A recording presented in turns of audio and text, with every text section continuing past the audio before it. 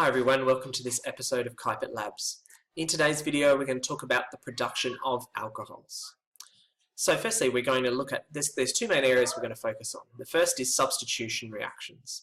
So firstly looking at what are substitution reactions and as a way to create alcohols. Looking at the mechanisms, the two different ways that we can actually use a substitution reaction to make an alcohol. And then we're going to focus for more of this video on the concept of fermentation as a different chemical process to make alcohol or ethanol, and using the ideal conditions for fermentation, how do we make it happen optimally, and how can we apply it? Like where would we find these sorts of processes? So firstly, let's have a refresh about substitution reactions.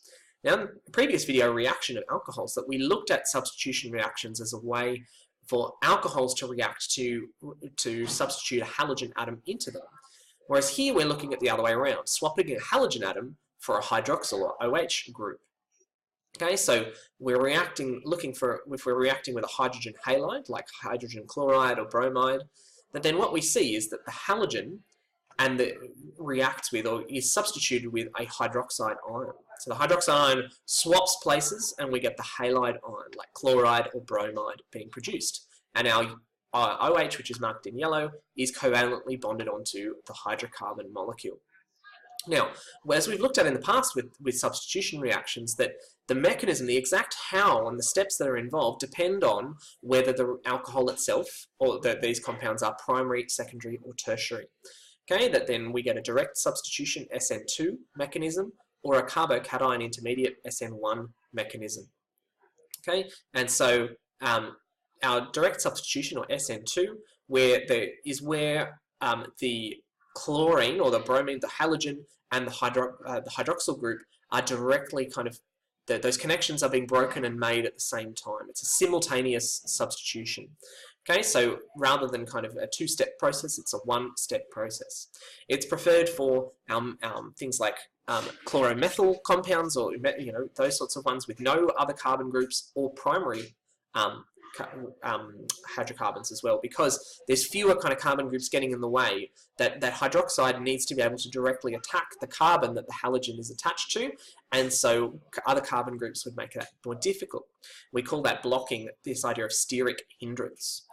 But if we have a secondary or a tertiary halogen compound, it tends to prefer to form a carbocation as an intermediate.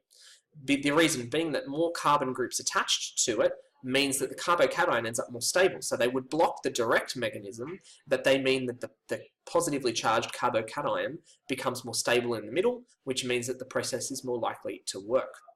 So we get these two different mechanisms that can happen. You don't really need to know in super amount of detail the steps involved in making those changes, just that it is a tool in the organic chemist's tool belt or toolbox to be able to actually make alcohols from halogenated compounds.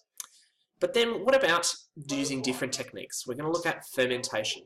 One that's got a lot of real-world applications to it, some of which you may have experienced directly, or I imagine that you have. But so what is fermentation?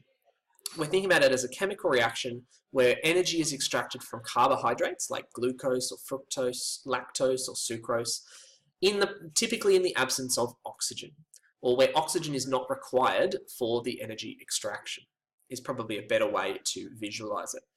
Okay, we're typically using the activity of microorganisms to facilitate this.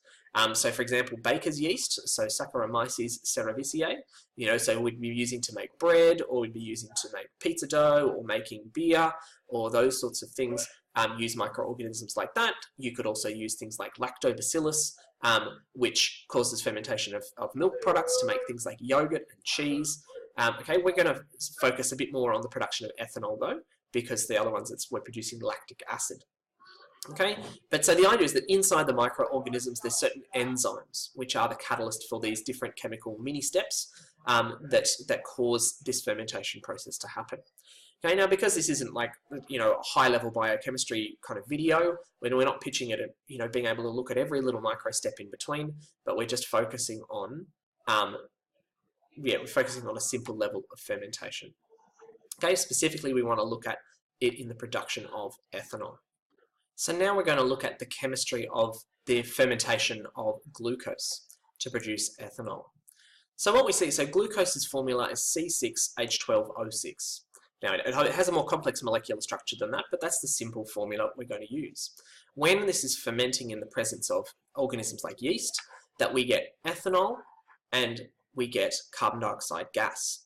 Now, depending on our application of when we're using fermentation, that we may be trying to make this one, or we're maybe trying to make this one, or both, depending on exactly what our end use is. But we can see that for every mole here, that we make 2 moles each of these two products. Now, as I mentioned before, that this is fermentation, there's lots of little mini steps that are involved to get from point A to point F over here. We're not going to go through them line by line, but if you want to, that there, you can look that information up as an extension of what's going on here, the different little stages. But so what are the optimal or ideal conditions for fermentation? Well, firstly, especially if we're focusing on things like making ethanol, then using organisms like yeast, like our baker's yeast or similar brewer's yeast or those sorts of things. Okay, the zymase enzyme inside the yeast is one of the things that is making this process happen. Okay, so the yeast is the living thing that's actually feeding on these sugars. The enzyme zymase inside the structure is actually causing the chemical change, facilitating the chemical reactions. Because yeast is a living thing, that it operates ideally at 37 or at or around 37 degrees temperature. It can be alive and operate at lower temperatures. You can have you can be making a yeast dough that operates in the fridge, or at lower kind of cool temperatures, but the activity is slower, so it takes longer. Now, that can be a good thing or a bad thing, depending on what you're trying to do. But higher temperatures than 37, or significantly higher, mind you, like 60 degrees, will kill the yeast.